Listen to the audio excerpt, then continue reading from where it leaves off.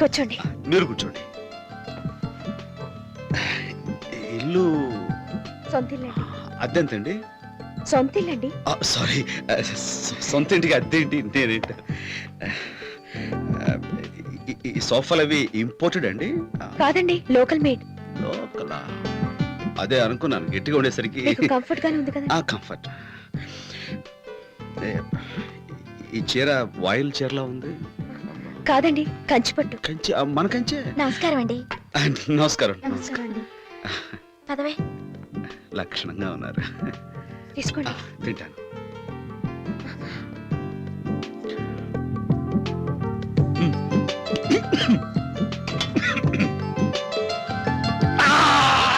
ఏమైందండి?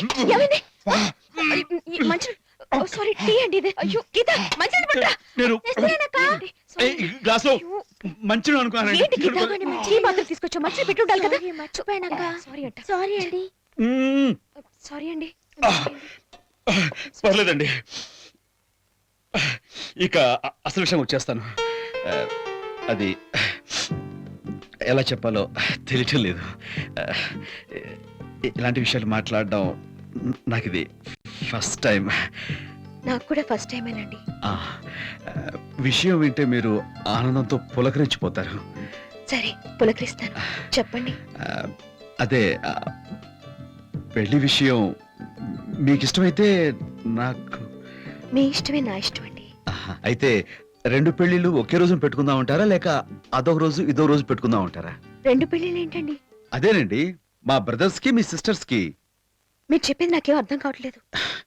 ఇందులో అర్థం కాకపోవడానికి ఏముందండి? మా తమ్ముళ్ళలో పెద్దోడు రవి మీ లతని, చిన్నోడు గోపి మీ గీతని ప్రేమించారు. అంతే గట్టిగా మా వాళ్ళని మీ చెల్లెళ్ళు కూడా ప్రేమించారు. కనుక వాళ్ళిద్దరి పెళ్లిళ్ళు చేసామనుకోండి. నేను అనుకోను. ఏ? మా చెల్లెలను మీ తమ్ముళ్ళకిచ్చి చేద్దామని గాని, చెయ్యాలని గాని నేను ఎట్టి పరిస్థితుల్లోనూ అనుకోను. అర్థమైందిలేండి. మా తమ్ముళ్ళ లెవెల్కి స్టేటస్ కి మీ సిస్టర్స్ సరిపోరని మీరు ఫీల్ అవుతున్నారు కదా.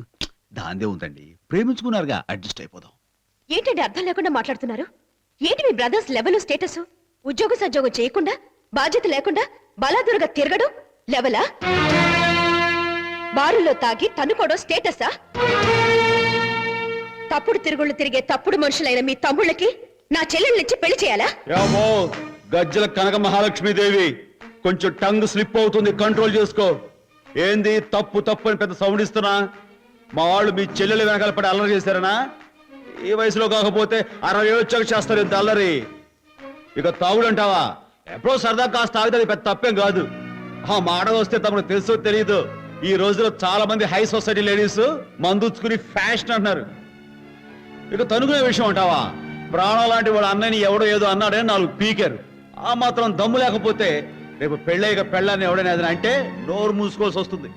ఇదిగో కనకమ్మ, ఆ రాముడికి ఒక్కడే లక్ష్మణుడు, కానీ రాజారావుకి 2 లక్ష్మణులు. మిస్టర్ రాజారాం, వాళ్ళ మీద పిచ్చి ప్రేమతో మీరు వాళ్ళని బాగా సమర్థించొచ్చు, కానీ నా చెల్లెల్ని వాళ్ళకిచ్చి పెళ్లి చెయ్యను చెయ్యను చెయ్యను. అంతేలే, కన్విన్స్ చేసే మగాళ్ళ కంటే కడుపులు చేసే మగాళ్ళని నమ్మడం మీ ఆడవాళ్ళకి మొదటి నుంచి అలవాటేగా. ఏ రోజైతే నీ చెల్లెలు నా తమ్ముళ్ళ మగతనం సవాల్ చేశారో ఆ రోజే వాళ్ళు వీళ్ళకి సరైన సమాధానం చెప్పుంటే ఈ రోజు నువ్వు ఇలా మాట్లాడేదానివి కాదు. నా ఇంటికి వచ్చి నా కాళ్ళు పట్టుకుని నా తమ్ముళ్ళ కాళ్ళు కడిగి ఆ నీళ్లు నీ నెత్తి మీద జరుగులేదానివి. నా తమ్ముడు సంస్కారవంతులు కాబట్టి జరిగింది నాతో చెప్పారు. అలాంటి వాడు నీ చెల్లెళ్ళకి దొరకడం నీ అదృష్టం.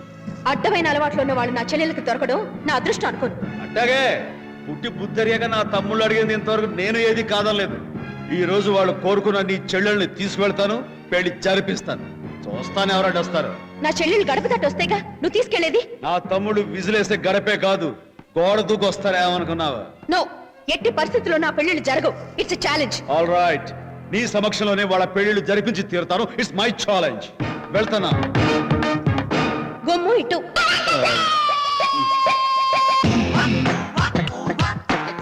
థ్యాంక్స్. థ్యాంక్స్.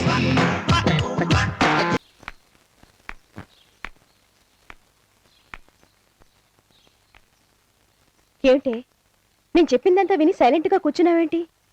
చెప్పు, నేను అతనితో అలా మాట్లాడడం తప్పంటావా?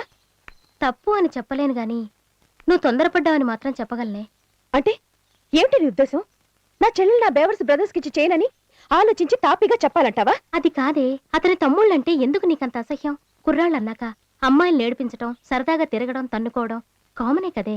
అవన్నీ క్షమించగలనే, కానీ తాగుడు నా దరిద్రపు అలవాటును మాత్రం నేను సహించలేను. ఎప్పుడో ఒకసారి సరదాగా తాగారే అనుకో. ప్రియా, నీకు తెలీదు, మనుషులు పాడైపోవడానికి, కుటుంబాలు సర్వనాశనం కావడానికి 100 వ్యసనాలు ఉండక్కర్లేదు.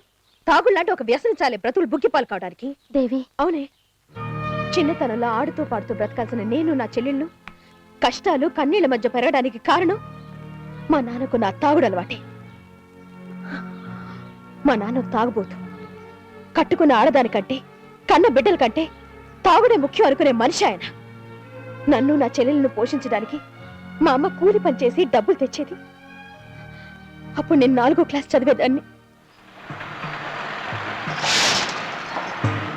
పుస్తకాలు కొనుక్కోడానికి డబ్బులు కావాలన్నావు కదా? అవునమ్మా, తీసుకో. అందుకు నేను అడిగితే డబ్బులు లేవన్నావు కదే, ఇప్పుడు ఎక్కడి నుంచి వచ్చినాయి?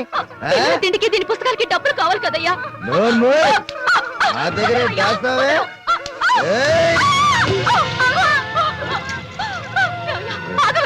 అయ్యో, ఇదంతా నా కర్మ.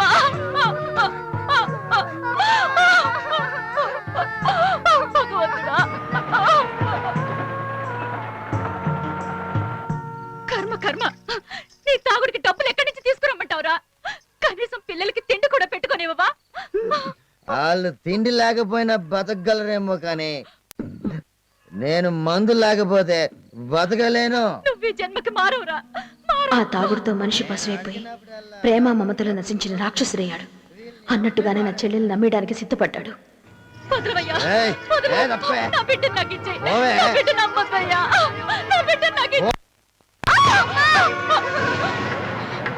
నువ్వేంది? పోవే. వదలే.